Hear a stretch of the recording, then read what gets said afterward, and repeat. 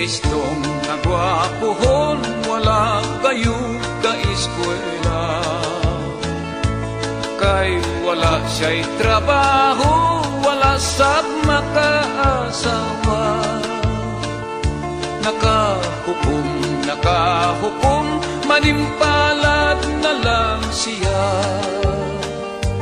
Milarga sa Manila siya milarga, gamayng putos lang ang dala.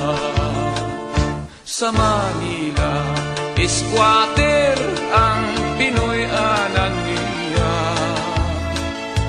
Kay lisod one day, one eat ang iyang sistema.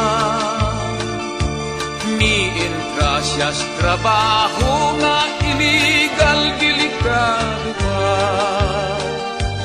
Nahimo siyang drug poser, nahimo siyang drug poser sa shabu ug marijuana. Nadakpan si Estong, natiklop na disgrasya. Dalas Munting Lupa, 20 anyos ang sentensya. Dito sa bilangguan, sa sulod sa iyang selda.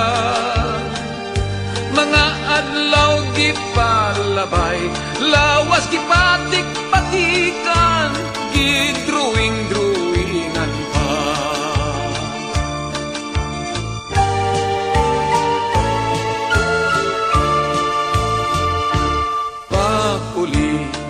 Estong daw matunang hitsura, inighobo sa sinina, lawas daw karatula.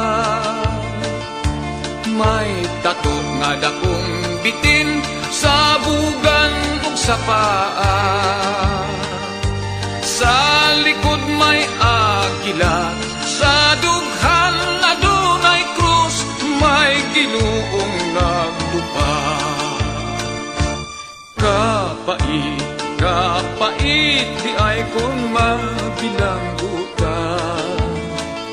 Sa trabaho ay mudawat, kay lagi na priso ka. Ug kung siya mangulitaw sa naibgang dalaga, isnabon in town siya kung makita ang tato sa kalawasan niya. Si Estong sa istorya, nagdaroon na lang siya sa bukid nag-inusa.